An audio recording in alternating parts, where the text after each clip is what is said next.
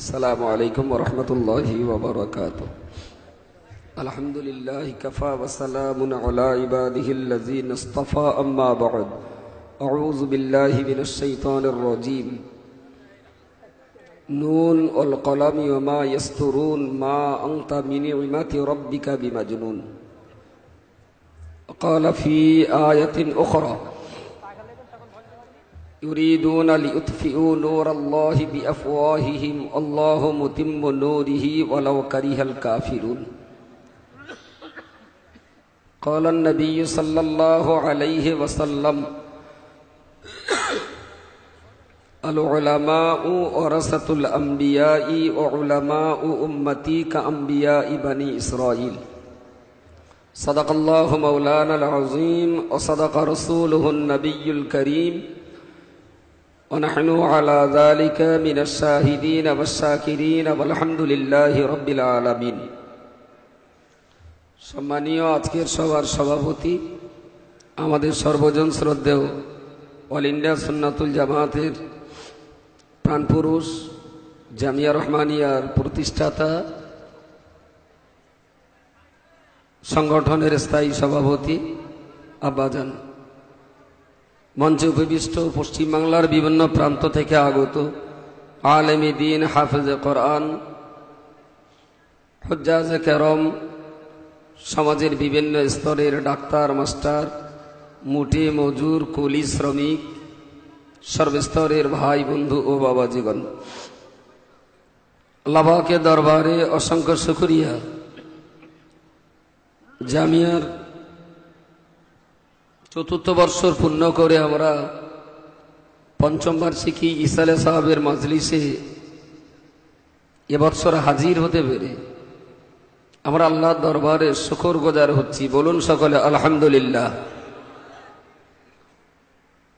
প্রিয় নবী মুহাম্মদ মুস্তাফা সাল্লাল্লাহু আলাইহি ওয়াসাল্লামের প্রতি অন্তরের সবটুকুন মায়া উজাড় করে দেওয়া ভক্তি, শ্রদ্ধা, দরুদ ও সালাম জ্ঞাপন করছি। বিশেষ করে আজকের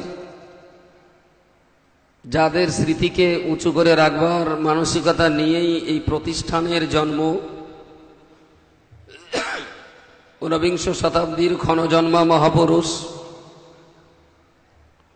বঙ্গ আসামের হাদি,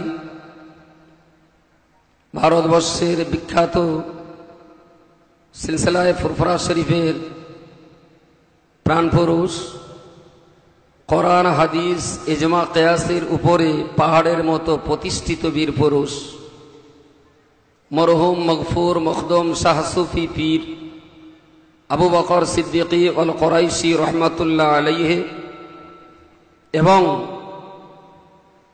তাঁর 20,000 সেনাপতির ভিতরে শ্রেষ্ঠত্বের রাজমুকুট যার মাথায় পরিয়ে দিয়েছিলেন বসিরহাটের কৃতি সন্তান শের এ বাঙ্গাল আল্লামা হিন্দ শাহ সুফি মরহুম মগফুর মখদুম আল্লামা রুহুল আমিন রহমাতুল্লাহ আলাইহি এবং সর্বোপরি এই প্রতিষ্ঠানের নাম রহমানিয়ার পিছনে যিনি একজন অন্যতম কেন্দ্রবিন্দু, আদুনা বাংলাদেশের দরগাপুর নামে গ্রামে জন্মগ্রহণ করে আমাদের এলাকার মুখ উজ্জ্বল করে খোলাফতার মাটিতে শুয়ে থাকা মরহুম মগফুর হুজুর আল্লামা বজলুর রহমান দরগাপুরি রহমাতুল্লাহ আলাইহি এবং তৎসহ উপরের এই তিনজন মহান ব্যক্তির আদর্শে জীবন অতিবাহিত করা, পানিগড়ার মাটির নিচে চিরনিদ্রায় শায়িত উস্তাজুল হফাজ মরহুম মগফুর বড় হাফেজ সাহেব হুজুর পীর কেবলা রহমাতুল্লাহ আলাইহি তৎসহ যাঁরই অন্তর্নিংড়ানো দোয়া, আন্তরিক প্রচেষ্টা এবং যারই একান্ত দৈহিক এবং মানসিক মেহনতের বিনিময়ে আমাদের পারিবারিকভাবেই দ্বীন ও ঈমানের পথে বলিষ্ঠ পদক্ষেপ নেওয়ার হিম্মত এবং সৎসাহস সলকার মাটির নিচে শুয়ে থাকা আমাদের অত্যন্ত শ্রদ্ধার পাত্র মরহুম মগফুর কবি আব্দুল নঈম সাহেব হুজুর রহমাতুল্লাহ আলাইহিম আজমাইন, তাঁদের রুহানি দোয়া, তাওয়াজ্জু, ফয়েজ ও বরকতের উপরে আস্থা ও বিশ্বাস রেখে খুব স্বল্প সময়ের জন্য দুটো কথা বলবার জন্য এখানে বসেছি।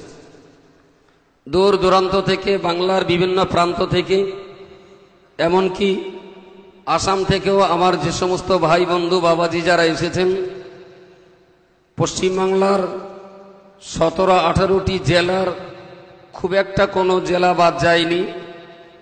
পয়সা খরচ করে, মেহনত করে, বাড়ির কাজের ক্ষতি করে, বিবি বাল বাচ্চাদের ঘরে ফেলে রেখে যারা জামিয়ার মহাব্বতে এই মজলিসে এসে হাজির হয়েছেন, তাদের সকলের প্রতি জামিয়ার পক্ষ থেকে, আঞ্জুমানের পক্ষ থেকে, অল ইন্ডিয়া সুন্নাতুল জামাতের পক্ষ থেকে আন্তরিক শুকরিয়া ও মোবারকবাদ জ্ঞাপন করছি।